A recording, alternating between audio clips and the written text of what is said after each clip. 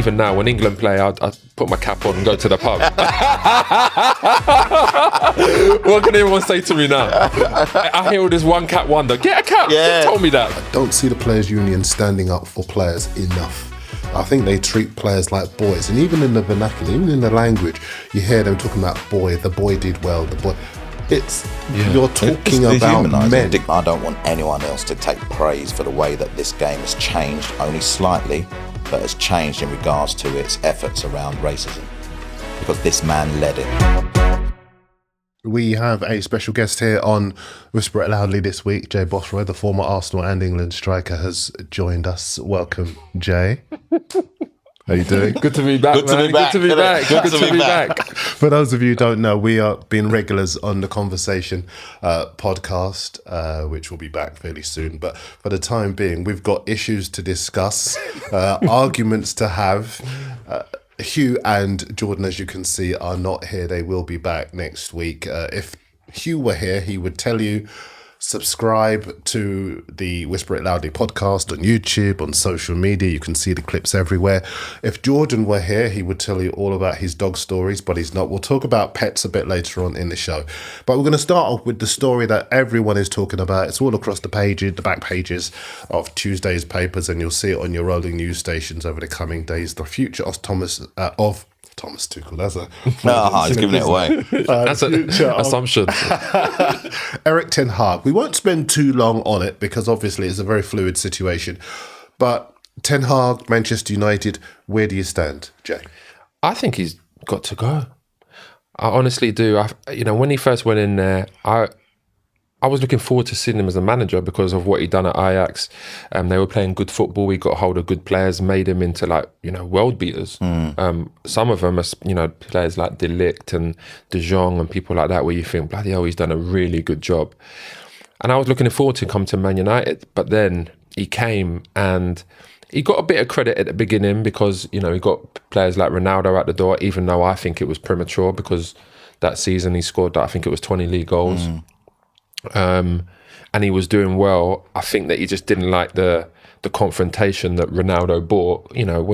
When you've got a superstar like that, he's got a voice. And sometimes that voice is bigger than the manager's, and ultimately with Ronaldo it is. But since then, nothing's changed. I don't see a philosophy. I don't see a game plan. I don't see players happy. I don't see them motivated. It's almost like they don't want to be there underneath him. And we've seen that with Sancho. Like Sancho, before he went to Man United, he was a world beater. Everyone was talking about him. Everyone wanted to sign him. Came to Man United and he was a shell of himself. Went back to Dortmund, got to the final. Gone to Chelsea now, he looks like a world beater again. So in my mind, I look at that and I say, must be the manager, must be the coaching staff, because you've got a top player there. And then as soon as another manager gets hold of him, gives him that confidence again, gives him that role in the team where you're saying, go and play with that freedom, he's performing again. Did you have that when you were a player?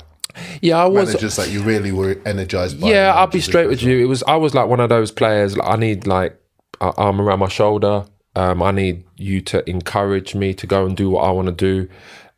And that's not to say that I'm a player that I just want it all my way. But I think the best managers out there, they get the best out of the players they have within their system. And I had that, it's no coincidence. We spoke about it a lot at Wolves. I started off pretty well. I started off really well. I think I was top goal scorer the first season. And then as it went on, I fell out with Mick McCarthy. But then Dave Jones gave me that confidence. The first thing he said to me, I remember I got down to Cardiff and he said to me, listen, you've got great ability. And Terry Burton was there, who's, got a big affiliation with Arsenal as well. He said, you've got great ability. I'm going to give you the stage to go and do what you need to do. The only thing I want you to do is wherever you go on the pitch, I need you to finish up in the box all the time. And I was like, fine. That's all I needed. Dang. And then you give me that freedom now to go and affect the game as long as I get back in the box. Yeah. And it was like more of a compromise. I think the best managers have a little bit of a compromise. Like even with De Bruyne, with Guardiola, you see them arguing sometimes. That's right. But you can see there's a real mutual respect there. Well, the one I think about is Adel Tarabt. Neil Warnock used to talk about the fact that he didn't defend much, but he said, "I don't mind if you give me everything." Exactly. The end product. But even like with De Bruyne will give the ball away a lot, because he's trying to open up defenses. Whereas like other players, you know, you can see that Guardiola's saying, "Keep the ball, make it tick. You know, I want you to like bore the life out of other teams. Someone to come out of their position. That's when you go at them." Whereas De Bruyne, it's like he's looking at through balls anywhere on the pitch, and Guardiola encourages that because he knows what he can do. Quality. Jay, and I'm sure Troy won't mind me doing this. I just want to ask you a bit more about you, because you told us about obviously the confidence that you managed to get from Dave Jones. Tell us about why you a situation that underlines from your time with Mick McCarthy why he didn't put the arm around your shoulder. What was it he did that made you feel so disenfranchised? Well, first of all, I think the analogy that I would use... You can tell us now. It's long. Yeah.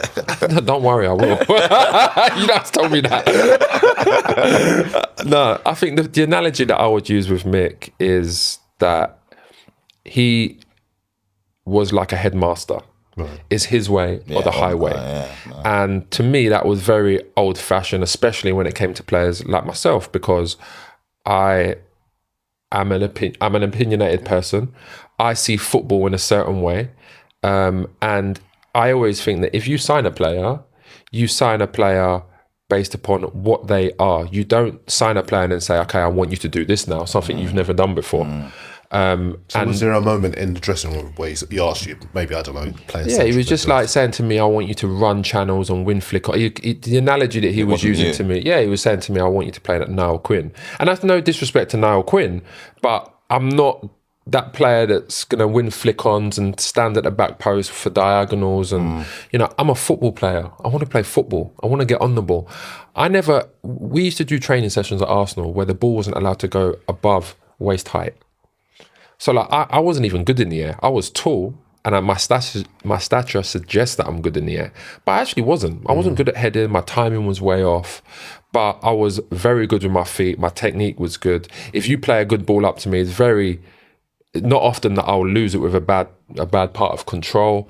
But he just didn't like that part of me where I was, I was stubborn to it because I was like. So did you actually say to him, "I don't want to do it"? Yeah, I just said to him, "That's not my game. If you want to get the best out of me, you've got to play to my strengths." What do you say to that? He didn't like it, obviously, because back. Because I'm talking back and I'm being confrontational. But actually, I wasn't. Was it confrontational, or were you just saying, "Look, I'd rather not"? It wasn't like I would rather not, because I'm never going to say to a manager no. But it was more like what Dave Jones said to me. It was like, you can do this, but I need you to do this. But it wasn't like that with him. It was like, you do this. And then it got to be like even, more like petty things like, don't wear your cap, don't drive. Like I bought a Bentley. Why'd you buy that for? I'm like, because I liked it. Don't drive it in. It's setting a bad example for the young kids. I was like, why? And he's like, because you're showing off. And I was like, but I'm not. I've got the money. You pay me money. It's up to me what I want to do with it, right? Afterwards, he didn't like that. And then I came back one pre-season. Like I said, he took my squad number off me, made me get changed with the kids, made me come and train with Tony Daly in the afternoons. And back then, when this was happening, it wasn't like it is now. You got to train in a group now. Back then, it was just me and him running around the pitch. Like, so it was like, like disguised running where it's like sprint 100 meters, have a shot, sprint 100 meters, have a shot. Like, so I had my football boots on, but really it's athletics. So I was just... You needed spikes? I need my spikes, yeah. But like that's what it was. And what's that like when you have to change with the kids? I've got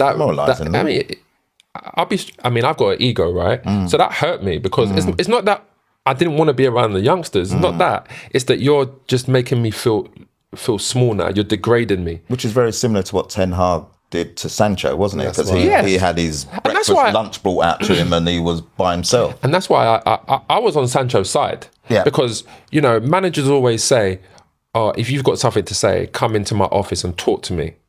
Don't air your laundry in the paper. But then Ten Hag went to the newspapers and aired his laundry. And at that point, TV and press conference. Yeah, press conference. And now at that point, I can respond publicly. If you're going to accuse me publicly, That's right. I'm going to respond publicly. Yeah. And then he didn't like that part. And like within a dressing room as well, you can upset a player, but that player has friends in the dressing room as well. Yeah. So when that player is upset, he's going to go and confide in his teammates. If his teammates don't like the way you've treated, like for example, Sancho. I'm not saying this happened, but just say Rashford didn't like the way he treated Sancho. All of a sudden, you've lost Rashford. You've got him offside now. You've got other players offside now, and then it builds. And that's what I actually see now with Man United. I don't see a lot of players that are like actually happy playing within his system. But back to what we were saying about Mick McCarthy, it was like he was that headmaster that just said, it's this way. And then, he made me feel small. Like, and there was other players, that was there. And I should have easily been playing there. But it was... And even the players that were there at the time was like, I can't believe he's like making you train by yourself. And it was Gary Breen that really helped me. And I always give him credit because we used to drive in the morning and he said, listen, you're not going to play for Mick again. You're not going to play for Wolves again while he's here. What you need to do is you need to train hard and prepare your mind for your next club. So you're training here for your next team. And as soon as you get that in your mind, you're going to feel happier and you're going to feel motivated. Do you think that's what Sancho got to a point? 100%, where he's going in there, he knows he's not playing, he knows he's going to be by himself, but he's thinking, okay, well, I'm going to keep myself fit, so when I go to the next team, I'm going to turn it on. Which is probably why he did so well for Dortmund, because he 100%. And the same like with me, when I went to Cardiff, I hit the ground running because I knew in my mind, I said to myself, as much as he said to me, I'm going to give you the stage, go and perform, do what you want, but I need you to do this. In my mind, my first protocol was, I've wasted too much of my career already. I need to make myself indispensable now. I need to make myself one of the first names on this team sheet, not just like, being part of a team. I want to be one of the most important players.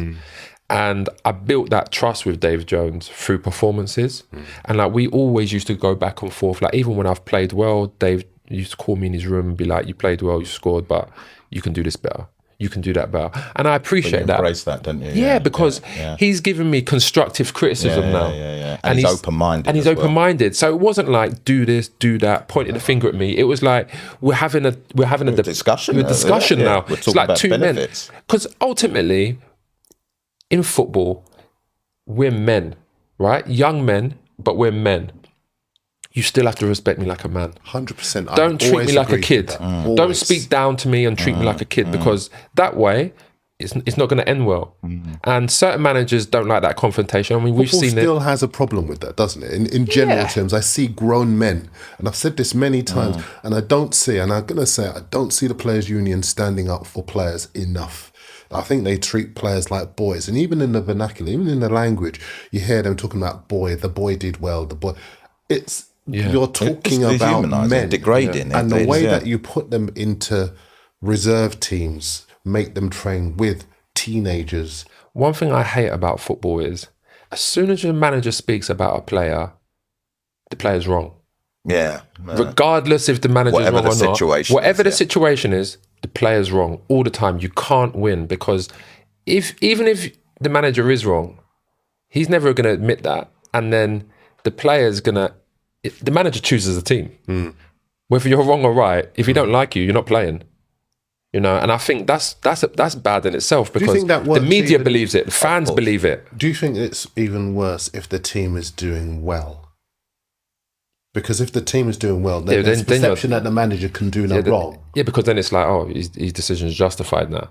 Like, this is the thing, like, footballers, whether they say it or not, I'm telling you right now, they believe it, is that if you're at the team and you know the only way you can get in is through injury, you're kind of hoping players get injured so you can...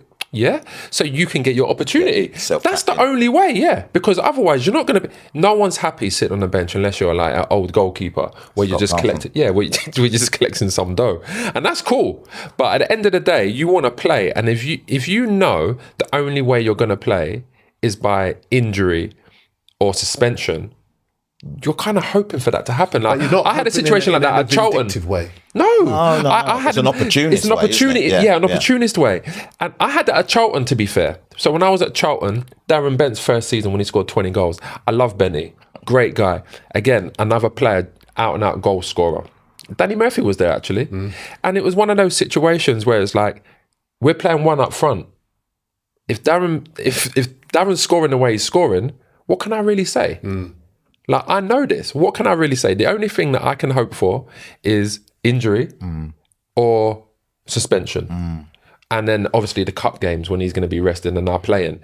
But ultimately, he didn't get injured that season. He had a great season. So I just had to hold the bench. And to be fair, that Danny Murphy again, it was like, listen, when you get your opportunity to come off the bench, come on, do well and score. Make a difference. Great leadership, yeah. And that's all I could do. So I wasn't one of those people that was like, you've got to play me, like, and cause a big fuss in the dressing room and be a bad teammate, because we was. You understood the situation. I understood the situation. Like, what can I really say to the manager? It's a good segue into the England situation. I wasn't going to do it, but I'll just touch on it very briefly, because Harry Kane plays every game now. Who doesn't love Harry Kane?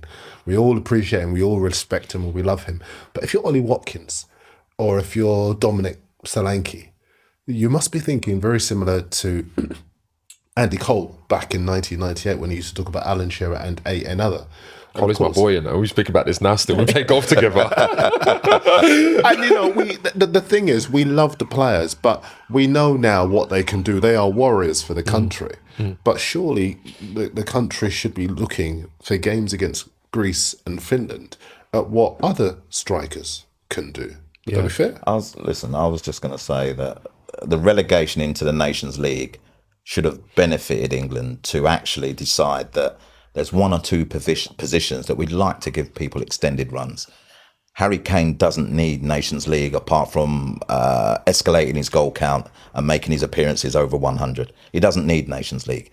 It's an absolute opportunity to give Ollie Watkins that opportunity. Solanke's called in. I would expect, if you're going to call Solanke in now at the height of where he is, you allow the boy to go and play. Do you know what I mean? You allow him to have some minutes. I know we're talking about there. Allow the man to go and play. Man, yeah, I did say that. The minute I said boy, I went, yeah, Darren's got me. I got to pull you up in the trot sometimes. Yeah, but there it's got Kane's fit for Lions. We don't need Harry Kane to be fit. If we're playing Greece, Finland, Ireland, there's an opportunity to go and allow the others to go and express themselves and actually put themselves into a shout for when the games are, the World Cup qualifiers or we're going to 2026. I just think it's pointless. We've got no left back in the squad. Is there no left back in the country Tyreek that Mitchell. you can go? All right, Mitchell, straight. Wow. I said that at Euros. Tyreek has had a very difficult time since he came out of the England squad. A very difficult time. He still performs at Palace, maybe not to the ability that he was when he was getting, when he was included and all the noise was about Tyreek. But I still think to myself, wouldn't you just put him in there because he's an English left back and hope that his confidence can come back whilst playing for the national squad? There's far too many good players that I see that actually get called up. And the call-up is almost a waste of time. So there is an opportunity now with those games. If England cannot defeat those three nations comfortably, or maybe it's not comfortably, but it's a workout, where are we going for the future of the squad, you know? I know I would add to that and say, what do we learn if we only play one striker in every single game, whether it's competitive or not? Surely we should be thinking longer term and thinking, I'm going to start him, see what he can do. And I'm not just going to give him one game. I'm going to give him both games. I'm going to say to Harry, go and relax. We've got goal scoring potential throughout the team. Yeah. We've got Foden, we've got Saka, we've got Bellingham, we've got Palmer, we've got Rice who can score from defensive midfield. There are so many other players if those players up front don't do well. And then there's this conversation about we can't fit them all in the squad. Well, you don't have to fit them all in the squad. You know, you give Palmer his right to play. You say to Saka, we've seen you in the biggest and best tournaments. Do you know what? This is your time to rest as well. I'm quite sure Arsenal will be happy about that. I'm quite sure Bayern Munich would be happy about that. And you allow others to work their way into at least feel part of the setup away from just being a number. You know, Saka, for example, again, who doesn't love Saka? And we know that in our best side, he would start, Kane would start. They're warriors for the country. But why is Bowen not starting these two games? Yeah. You know, Bowen's consistent. He scores goals. He works hard. Bowen's not going to start ahead of Palmer and Foden. He's a number though, isn't he? But if you shift Saka out of there, no, that's fine. I actually agree with you. And even one step further, when I was at the Euros, he had been injured for 2 or 3 weeks, right? Who's that? Kane. Yeah. That's before right. the Euros even We knew, started. didn't we? Yeah, and I said, is when you have an injury for 2 or 3 weeks, it's not what you think, right? Because them 2 or 3 weeks, you're definitely not training for 2 of those weeks, right? Nothing. You're not playing for 2 of those weeks, which can make you lose that match sharpness, right? The problem that Southgate did was he should have started him on the bench and then brought him on. When you start Kane, England captain, you then can't drop him because it's England captain. Exactly. It's like Ronaldo. Once you start Ronaldo, the first game of the competition, you can't then drop him. If you start him on the bench and bring him on, then you're saying, okay, if he performs, then you can keep him in the team. Yeah. But when them kind of players that have that kind of, they're iconic players for their countries, they can't be dropped afterwards. But like you said, it's a Troy, failing of the manager then. Yeah, but we just said this, right? Sometimes players have a bigger voice than the manager, and that's just the way it is. But touching on what you said there, Kane's obviously picked up a knock because it's in the news that he's fit. If he didn't have a knock, that wouldn't even be in the news. It wouldn't be a case of, oh, he's fit to play. He would just be in the squad, Almost ready to play. dramatising the fact that he's got a knock. Exactly. So, you're right. Why not give Ollie Watkins a shot? For me, it's Watkins. It's not Solanke. It's Watkins. I think Solanke should be in the squad, but if anyone deserves a shot, it's Watkins because he had a great season last year. He had a very good Euros when he came on. And it's like, he deserves that opportunity. And I think other players need to see what it's like playing with someone like Watkins. To be able to then judge his qualities at that level. Exactly, yeah. Because I watched, again in the Euros, with Harry, you're playing in front of the defence, Yeah. With Ollie, you're stretching them and creating more opportunity. 100%. Solanke, I think, has done a very good job recently, even in the defeat on Sunday. His build-up play, his hold-up play, and he's bringing other people into the game. He's very, very good. Very, very good. So his numbers are good, but his quality on the pitch is exactly what Spurs have needed. I'll tell you one thing I would say, Troy, about England, which I see now, especially with the players that are in and around the team. I'm starting to, and you know how I feel about Kane. Kane still, to me, is the best overall number 9 in the world. Ooh, world? Yeah. Who's better than him? Lewandowski again. No, not Lewandowski. Even at his age, he's playing in like, come on, man. He's playing in what? La Liga's not the league it was before, right? And Kane is playing in. Yeah, but Kane smashed all these records, right? Comparative. No. Yeah, I know, but Kane done it in the Premier League. Let's not get involved in that. Let's not get involved in that. We'll have to do another show. It's like a little passive-aggressive argument. We're always going at each other here. He's just like dropping little seeds in, isn't it? Man's upsetting me. Do you know what? No, I won't even stop you there. Do you remember your England call-up? Yeah. Yeah. Look at that smile on your face. Yeah, man, that was the best day of my life, man. Really? Do you know what? Do you know why it was the best day of my life as well? More than anything, it was to shut Mick McCarthy up. Brilliant. Because I'm saying, how can I not get into the Wolves squad, but 3 years later, I'm in the England squad? Right? So that just put you to bed. That's why I was like, all these people that doubted me, Yeah. I got the opportunity to shut them up. Yeah. And the fact that it was against France, it wasn't against Moldova, at Wembley, like I'm from North London, Wembley's Northwest London, and it's like... Meant so much. It meant so much because all my friends, my family was there. It meant so much to me. I didn't even regard myself as patriotic, if I'm honest. Right. But when I stood there and heard the national anthem, it just gave me goosebumps. Like, I had tears in my eyes because I was like, there's no bigger... accolade that you can have apart from playing for your country. And I think, 1,280 odd players have played for their country since the beginning of time, right? And I'm one of those. Amazing. Do you know what I'm saying? So like, even now when England play, I put my cap on and go to the pub. What can anyone say to me now? I hear all this one cap wonder. Get a cap. Yeah. Who told me that? Get a cap. Right? Because there's a lot of players that haven't got a cap. Top players as well. You actually put it on. Yeah, man. I'll show you pictures, man. I'll put my cap on. I ain't playing. I'll make people, they need to see. And I wear my shirt. No, but like when it comes to Kane, I think now with these players, you've got wingers that are like, both of them are inverted really. Saka's going to come inside. Yeah. Gordon's going to come inside. If Palmer plays on the left, he'll probably come inside because they don't have the pace to get to. They're not direct, what I would call wingers. And I feel like now Kane could be slightly hindering the England team and the players that are around him. And those players that are around him now are like top players. Yeah. Do you think that it's because really for those players, for it all to work, they need a poacher in the box rather than someone who's... I think they need someone that stretches the game. Like when you look at the best teams in the world, generally they'll have a striker that stretches the game, as in runs in behind. You look at Haaland, he runs in behind, you know. You look at Jackson, he runs in behind. He gives like Palmer that space in that middle to go and do what he needs to do. With Kane, he's obviously, you know, changed his game from when he was younger because he's lost that yard of pace, and he comes deep to get involved in, and he can because he's got great ability, he can get turned, he sees passes, he's got vision, and that suits Bayern. That's why he's been successful at Bayern, and it suited Tottenham because he had Son on one side that was always running in behind, which left that little bit of space for him.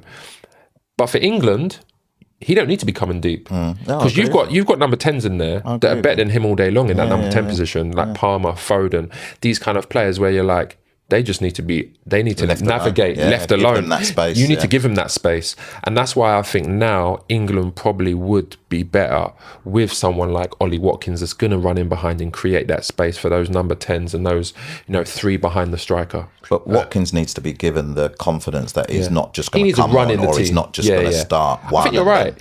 I think you're right. He needs to play. I mean, I'd even go as far to say he plays all the games. You know, and just say, you know what, Harry, we know what you can do. You're carrying a little bit of a knock. Go back to Bayern, rest up, get yourself ready for your league competitions. You're always going to be in the squad. You're England captain. Well, he knows that as well. Exactly. So it's not like, you know, but obviously numbers, appearances. He wants to get those numbers. He wants the records, right? And from a selfish point of view, if that was me, I would want it as well. But I think for the team, and I think Carsley's in a good position because I don't think Carsley's going to be a permanent manager, but he's in a position now. Do you? Yeah. I think he's in a position where he can go and do these things and try it out. Now, still to come on the show, we're going to talk about Cole Palmer. He's been sensational for Chelsea. Let's see what he can do for England, and we've got a few things to debate about that as well. Also, we'll be talking about the passing of the legendary Lord Herman Ouseley and football's response to it. Has it been good enough? But first, a quick break. Welcome back to the Whisper It Loudly podcast. We're here with Jay Bothroyd. You know him from Sky Sports News and the former Arsenal and England striker as well. We're also here with Troy, as always, here on the Whisper It Loudly podcast, and myself, Darren Lewis. Jordan and Hugh are back next week, but we're right here talking about Cole Palmer. And, well, first of all, he's been exceptional all season. There's nothing to not say about that. He's been pure gold. He's carried Chelsea on his back this season and last season, where he competed for the Golden Boot before Erling Haaland won it.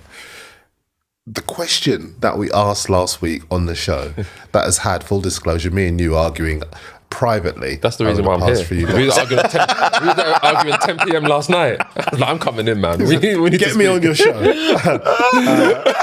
Because last week we asked, if you could build your team around one player, Cole Palmer or Erling Haaland, which one would it be? Now, just as a recap, Troy, what did you say? No, I wasn't. What would you say? Well, what would you say?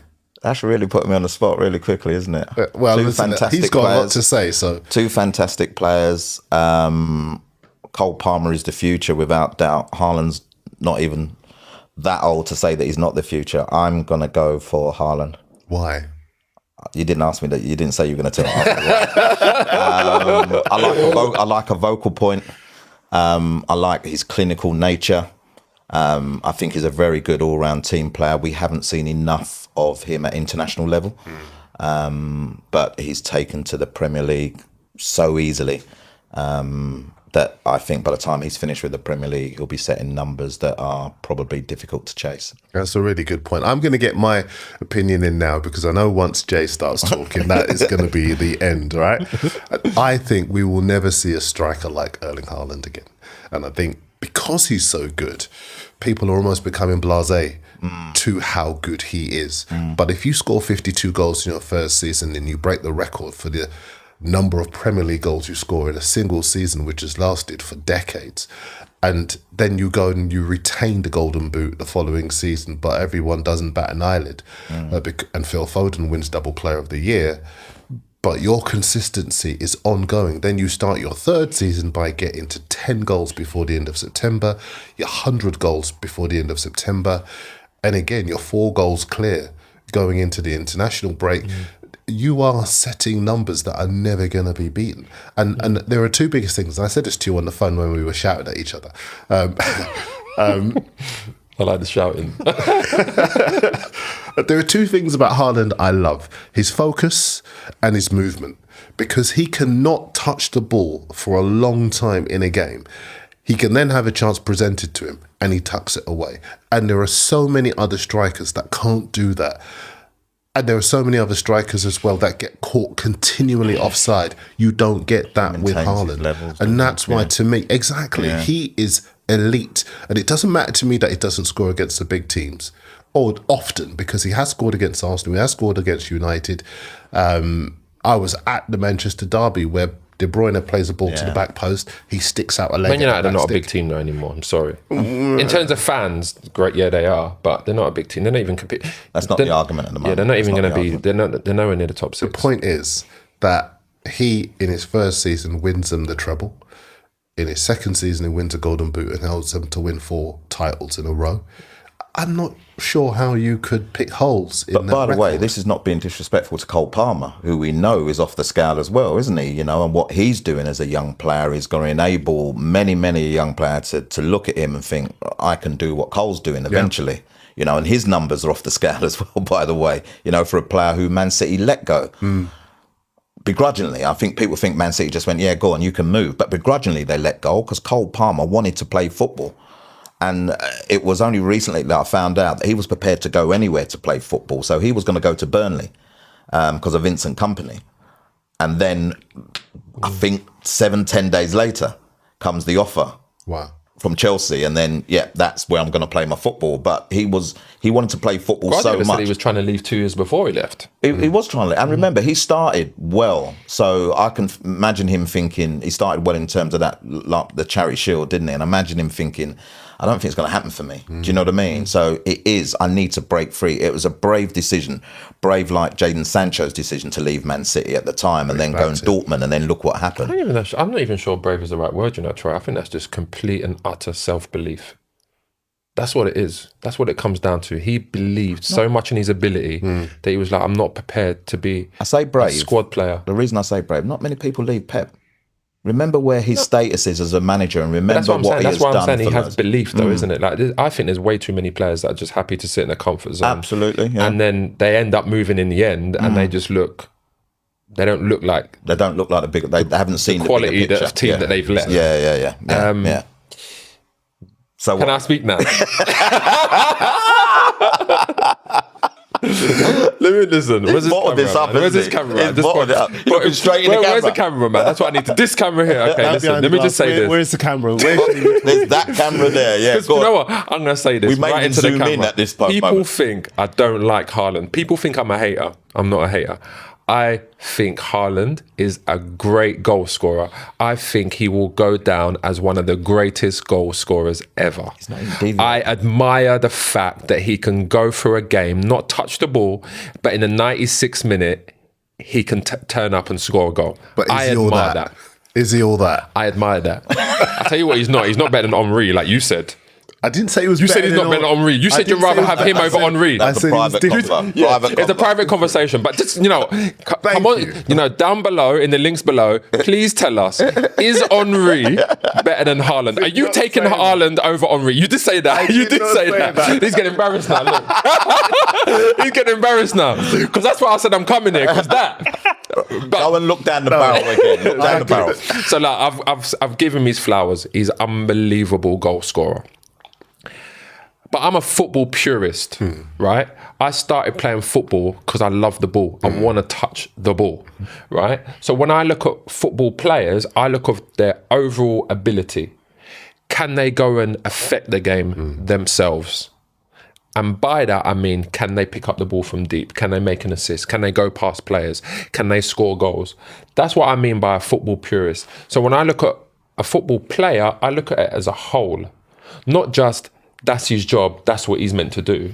Because can I just stop you there? Didn't you just say you didn't want Harry Kane to play for England anymore? Because I didn't say he doesn't want. No, I didn't say I don't want him to play for England. I think Ollie Watkins deserves the opportunity. I think he's going to make Harry other Kane, players that better. purist that you're talking about, who touches the ball all over the pitch and still gets on the end of things in the box. Yeah, he is. What he done at Tottenham in his last season when he scored 30 goals at Tottenham, and I don't want to be disrespectful to the players in midfield. I can see. Yeah, no, I don't want to be disrespectful. Listen, all players that play in the Premier League are good players, right? Let's just say that. So there's no getting away from that. I hate when I hear people say he's shit, he's this, he's that, because that's disrespectful. If you play in the Premier League, you're a good football player, right? And you've got a good attitude, because you can't make it otherwise. Yeah, you just can't, right? But at the end of the day, Haaland was playing in a team where you had De Bruyne, Foden, Gundogan, Rodri, all these top players. And then you look at Kane, who basically just had Son in that team. He had people like Oliver Skip. And that's no disrespect to Oliver Skip, but he's not he's not a player that's going to play through balls. He's not going to do that. He's scoring 30 goals. That's more impressive to me than what Haaland did at Man City. Tottenham finished, what position did they finish that season? 8th. They won the league. Kane was first choice for Man City. Man City wanted to sign Kane before they got Haaland. Why do you think they wanted to get Kane? Yeah, but they got Haaland cheaper, but I'm saying, and it's worked out better for them. But why did they want to get Kane? Because he was an all-round forward that they felt would be able to join in with the play, but also be able to finish off when those balls are going in and around the box. I love that. That was great. I love that. I couldn't have said it better myself, right? And that's all I'm saying. So like when we talk about his goal scoring prowess, I would never ever question that, ever, because it would just be stupid. No one can question his goal scoring ability. No one can, say, but you can't. You can't say he's not in the top 10 of your top 10 of strikers ever. Yeah, ever. No. Even though his numbers are already better than so many. Yeah, but we had this. See, we had this conversation. Could he be there? Could he be there in your eyes? I don't think goals make you like one of the best strikers ever, because we never talk about Gerd Müller being one of the best ever. His goal scoring record still part of my era, Gerd Müller. Yeah, but people don't even know what I'm talking about. A lot of people that listen to this today don't even know what I'm talking about. But Gerd Müller was a great goal scorer who scored the majority of goals within the box. Yeah. But no one talks about him being the best ever, because he didn't have the other part of his game, which is dropping shoulders, putting balls in the top corner, scoring from anywhere. He needed service. One thing I will say about Kane, and I wouldn't go as far as to say like Roy Keane did, like he's got League 2 ability, because he clearly hasn't. That's just that's reckless. But I mean, I love Roy Keane, and I think he's one of the best pundits out there, if I'm honest. But ultimately, when players like Foden, De Bruyne, the wingers have bad games, Haaland don't score. Haaland doesn't even get involved in the game. And that's my criticism of him, because I think in order for him to be in that echelon of best ever strikers, you need to have an all-round game.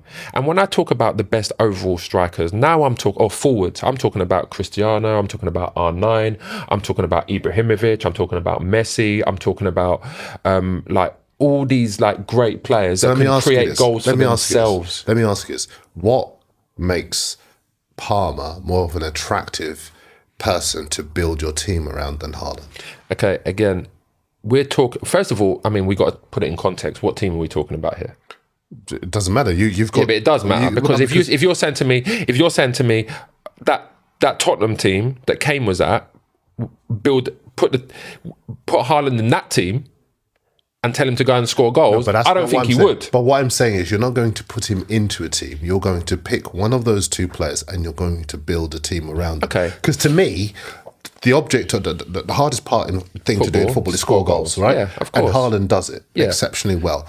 But we're talking after Haaland's team failed to win at the weekend and Parma's team failed to win at the weekend. So it's not as if either had a better weekend than the other. No, but okay, when it comes to Parma, I think Parma's got more in his locker where he could go and affect the game even if he doesn't score. If you ask me today, who would I build my team around? I'm going to say this, I'm going to answer, but then I need to elaborate on it. I would say Parma. And I would say Parma because if I'm building my team around Parma, I'm thinking about the long-term part of his career as well. I'm not today 100% sure Haaland will be as effective when he gets in his 30s because father time catches up with everyone. Even though Lewandowski is still scoring goals. Everyone. Barcelona. Mentioned his name. Yeah, we did. Harry Kane still scoring goals. But he didn't have it. He's way off where he should. He's way off the numbers that he had at Bayern.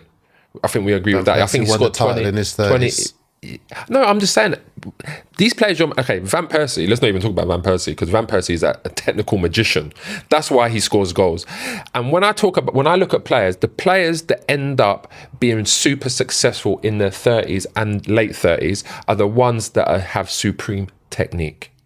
That is it. The players that rely on their pace and their power, they seem to fall away a lot quicker than the players with technique. So like when we talk about the older players, the Cristianos, the Messis, the Ibrahimoviches, the players like that, they all have one thing in common. They have technique. And that's why they're able to play into their 30s and still be very effective and control games. Messi at the World Cup, I mean, Argentina's not winning that World Cup unless Messi's playing. And look at all the players that are in that Argentina team as well. That's the only reason why I say I wouldn't build my team around Haaland because I'm not sure how long Haaland can continue this. That's what I'm saying. When we talk about breaking records, if you're talking about Ronaldo records and Messi records, that ain't never going to happen. That's never going to be done. Because he has to score 50 goals for the next 18 years. He scored 27 goals in the Premier League 50 last season. 50. No, but that was just in goals. the Premier League. 50. So that's not even taking into account the other tournaments where he'll score goals. He could easily score. Do you know how good Messi? Do you know how Messi scored 90 goals in a calendar year? A calendar year. Yeah. Do you know how good that is? There was a moment of standoff there, wasn't there? A calendar year. This is different. Haaland ain't nowhere near that. The thing is, we've moved away from the point. Haaland moved away from the point. We've gone Haaland. We've gone Palmer. He selected Palmer. I would go with Palmer because I just think that he is going to give me more longer term. All right, let's get a final verdict on this. Palmer or Haaland? No, has he convinced you? So it's a very good point. And also what I said was that this is not being disrespectful to Palmer, by the way, who is an excellent talent who, has got years in front of him. But so has Haaland got years in front of him. Can I ask you a question, actually? This is a great question. Why are you looking deep into my eyes? Because this is a question I can ask you because you're a father of a Premier League player. If Andros today is a young kid and you're sitting down watching football with him, would you be more inclined to say to him, watch Palmer, Foden? Yeah, but that's an easier question to answer. What you're going to say, what it's going to be. It's easier because of Andros' build, because of his style of play, because of he's a Cole Palmer, Phil Foden type-ish player, left-footed, although he's building with his right foot at that time. No, I'm saying if you're telling him to watch a football player, 6'4" giant because I'm only a 5'9" kind of thing. Do you know what I mean? Yeah, but you could still you could still build yourself to be a player. Like for example, I don't know, like Haaland's dad might have been saying, look at R9 when it comes to. Well, to be fair, when Andros was growing up, I always said, look at Aaron Lennon. That was it. We were in a stadium to look at Aaron Lennon, one player, not the other 22. Okay, but I'm saying to you, just nevertheless, if you're sitting down today, would you say, I want you to watch these other players, or would you say, I want you to be like Haaland? No, I'd say I want you to look at and be like technical players who match and fit your style, your ability, your build. I'll definitely say that. And that's the thing. And that's why I'm just like, it's not that I'm being disrespectful to Haaland at all. And I feel like people think that I am. It's not that. It's always when you choose one or the other. Yeah, it's not that. It's not that. Yeah. Like, I look at my era of players and you look at like Henry. Every time Henry touched the ball, I was like this. I got at my seat. Like R9, I got at my seat. He could go and drop deep, beat 3 players, put the ball in the top corner. And I'm not saying it's for everyone. And not many people can do this. But the reason why we have this conversation about the greatest is because people like Darren talk about Haaland like he can be the best ever because he's goal scoring. And I'm saying the only reason why he can't is because he doesn't have that all-round package of ability. That's all I'm saying.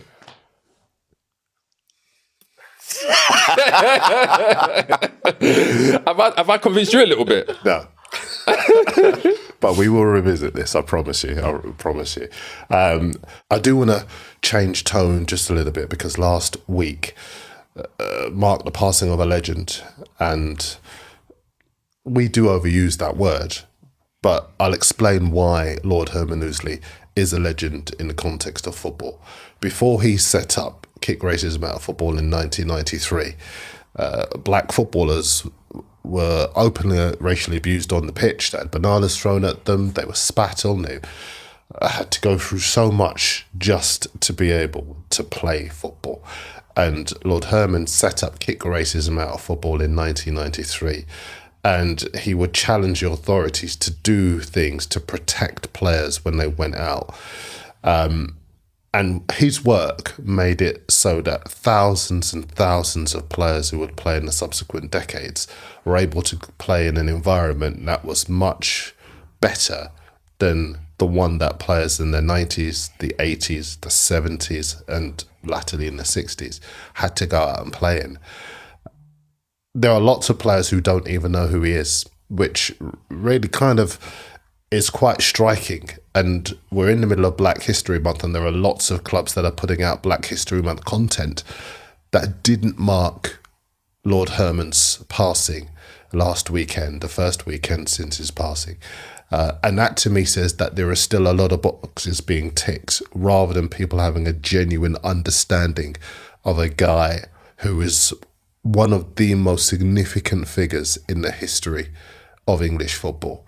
So just some questions to you both. I'll start with you, Troy, because you were very outspoken about the fact that you were disappointed that you didn't see English football mark the passing of Lord Herman Ouseley last weekend. It's simply that fact. I mean, he passed last Wednesday. The news started to fizzle out on the Thursday. Football was being played on the Saturday and Sunday. And this is not being disrespectful to everyone that passes away that has played a significant part in football. We respect them all. We respect them all, and they get recognised very, very quickly. Football was silent, lent on its statements and did nothing else. No black armbands, no minutes applause, no big screen ads. And whilst I believe they are coming now, I think they're coming because of the backlash. I don't believe they're coming because it's genuine that the leagues were going to do that anyway. He's going to be respected during the England game on Thursday, but football missed a moment, and for me it showed how out of touch the game is. Herman left a little while ago now, and I think football was rubbing its hands when he left, because I think football was like, at least we don't have to deal with him anymore, because Herman was always in their faces. Do better, do more. I understand that many players may not recognise Herman, but his work started way before many of these players were born, or his work started way before many of these players had started their professional careers, And for me, it's not often you see the work that goes on behind the scenes. And I don't want anyone else to take praise for the way that this game has changed, only slightly, but has changed in regards to its efforts around racism, because this man led it. This man pushed buttons that people are regretting they put those buttons on the table. What did that look like on a week-to-week basis? Let's assume something had happened on a given weekend. Forget something happening on a given weekend. It's the meetings. It's the, being in the Premier League offices. It's being challenging the PFA. It's being in those environments and telling people as it is. So forcing them to proactively do stuff. Can I ask you that when you talk about challenging the PFA, why was it even a challenge? Listen, Jay, if I really start, I may be struck off the list after today, but you're right. Why should it even be changed? The PFA is a union for the players, yeah? So they are supposed to look after you no matter what league you're playing in, and it's supposed to look after anyone else.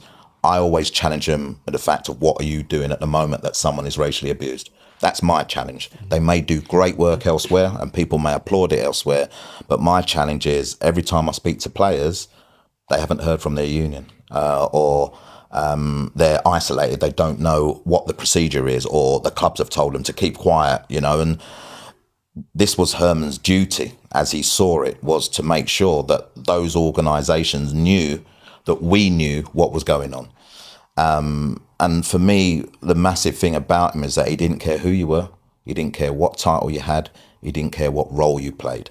Herman would speak at dinners, forget the script, would go in because he knew certain people were in the room, and he would challenge them to, in front of an audience that probably didn't know what he was talking about as well, but those football people knew.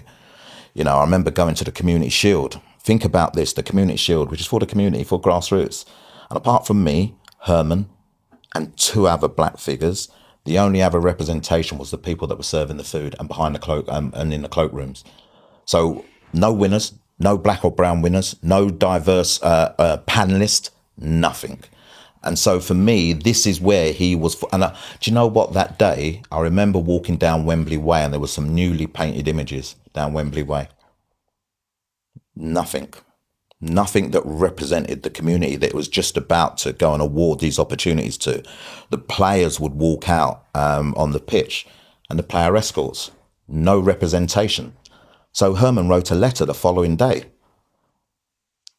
telling the FA that he was embarrassed to be in their presence, whilst he saw no other representation apart from another colleague, someone that worked at there and someone that worked at there. So these were the things that he was doing that was rattling these people to do better. And look, I know when Herman left, he wasn't happy where football was. He felt that he was leaving, but there was so much more work to do. He challenged football to do that work. So one of his challenges is, what are you doing? What are you doing? Born out of that was No Room for Racism and the EFL's Together campaign, which they're marking this month. But rather than resource kick it out further, they've gone and blighted the message by now saying, well, there's kick it out, there's no room for racism, there's Together, there's all these different campaigns now. So it dilutes it a bit. It dilutes it. So for me now, the campaigns and the hashtags. I have to be honest with you, Troy, and Darren, I spoke to you about this. Like, when I was coming up, I experienced one part of racism, and we was playing against Poland. I think we was like under 16s England, and we was away in Poland. And I remember me and Jermaine Defoe were playing up front, and their players were calling us like black boy. Like, shut up, black boy. Like, that was my first piece of racism, but because I was like 15 and 16, yeah. But because it was like black boy and not like the N-word or anything like that, I kind of like, even though it was like sounded weird to me, I didn't really challenge it or react to it or say anything to the coaches afterwards. Throughout my youth days, I didn't really experience nothing at Arsenal. There was loads of black players. So I was in an environment where I never ever felt like there was racism around. But when racism did actually hit me is when I went to Italy. And this was like the early 2000s. And I mean, I even talk about it with my wife now because she's Italian, but I remember we played the first few games, and then we played Inter Milan, and it was away. And I remember our manager at the time, Sergej Cosmi, and I want to say credit to Sergej Cosmi as well, because he's a, open-minded person, and there's not many of those in Italy. He called you into his office, didn't he? in that time. And he called me into the office, and there was me, there was a guy called Christian Abodo, and there was another few players, like a few Brazilian players and whatnot. He called us into the office, and he's like, listen, it pains me to say this to you, but you're going to experience racism on Sunday. And at the time, I was like, in my mind, I was like thinking, that's weird. Why am I going to experience racism when Inter Milan have got a lot of black players? The Inter Milan players that we're thinking about is like Montaris, Obafemi Martins, even Cordoba, players like that. They had R9 like the season before. How can I be experiencing racism when they've got black players themselves? And I remember we went to the stadium, and straight away, as soon as like I touch a ball or Christian Abodo touch a ball, the whole part of like half the stadium, the ultras, had their arms on each other's shoulders making monkey chants every time, go hoo, hoo, hoo, like that. And afterwards, I remember Sergei Cosmi came to me and I said, but why did they even do that? Why? Because surely their players get offended as well. And he was like, some of them are racist, of course. He said, but some of them are not, and they're just trying to put you off your game. And in that moment, I was just like, and then, you know, a few months down the line, I remember I met my wife, who's Italian, from Verona. The first time I went from Verona, there was Nazi signs on the walls. And again, it was the same thing, monkey chants. And that is when it really hit me. And then, you know, like when it hit me, I started to look around with different eyes. I can feel eyes on me. I think people are looking at me in a way that's like, what are you doing here? Should you be in this shop? Like I went into the Rolex store one time in Italy and I was going to buy my first watch, and people are looking at me like, you shouldn't be there. You shouldn't even be You shouldn't be here. You can't afford it. No one even came up to me and was like, can I help you? Other people from Italy, other white people, Italians, were walking in the store, can I help you, sir? Blah, blah, blah. For me, it was just like, but do you know what? what are you doing there, kind of thing? What you experienced against Milan, Inter, is exactly what, and I understand that reasoning behind, they're just trying to put you off your game. But they shouldn't be doing it anyway. But it's the lamest excuse for what they are actually doing. They're racially abusing you. Yeah, of course. They're racially targeting you, and they're doing it for a purpose. That purpose is to make sure that your strength is weakened. Do you know what I mean? Because you're so focused on what they're doing, you forget to carry the ball. You forget to be on the ball. And for me, listen, a lot of what you're even talking about now still happens today, as you well know.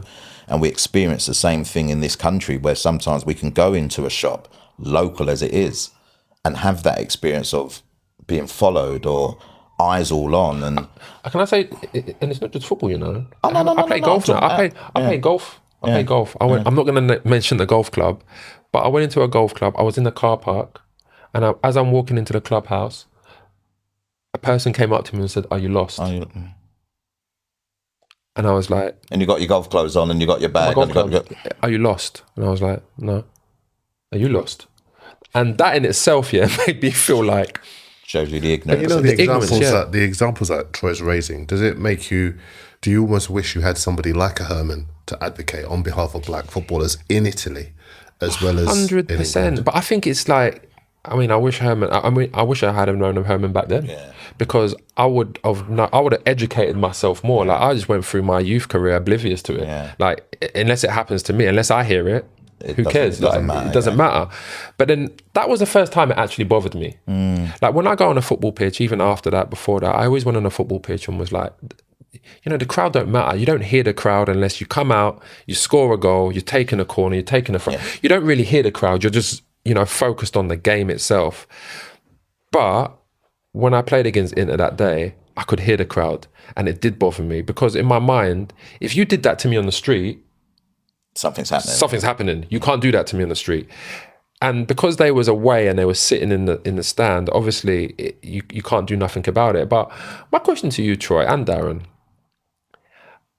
I would like to see what happens if a team is losing a game, like 2-3-0.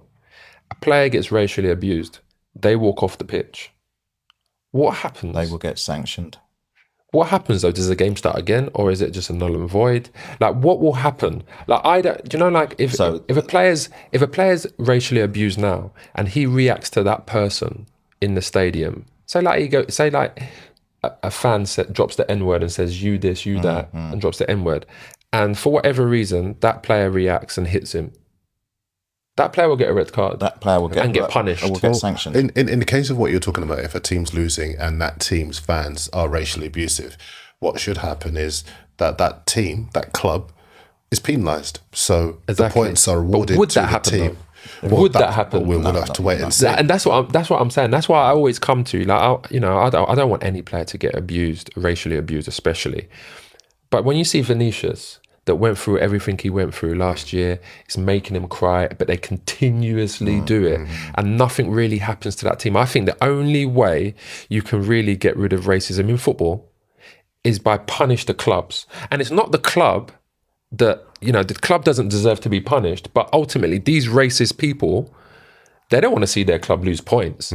They don't want to see their club get renegated because, of what they've said, or miss out on the Champions League because of what they said.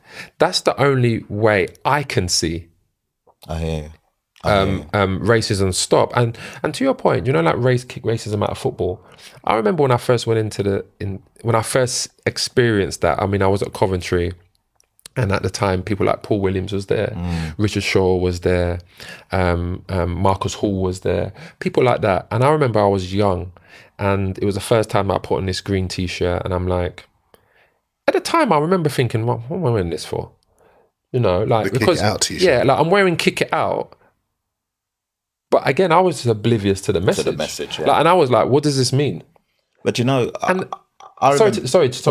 Troy. I don't want to interrupt because I know this is your stage. But like, I remember I didn't know what it meant.